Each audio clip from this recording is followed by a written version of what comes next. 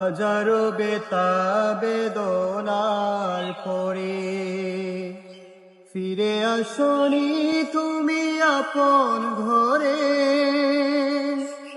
দিনের আলো তুমি ছড়িয়ে দিতে চলে গেলে মদিনায় মক্কা ছেড়ে। হে রাসূল তোমাকে বলি আমি কেমন করে, হে রাসূল তোমাকে বলি আমি কেমন করে।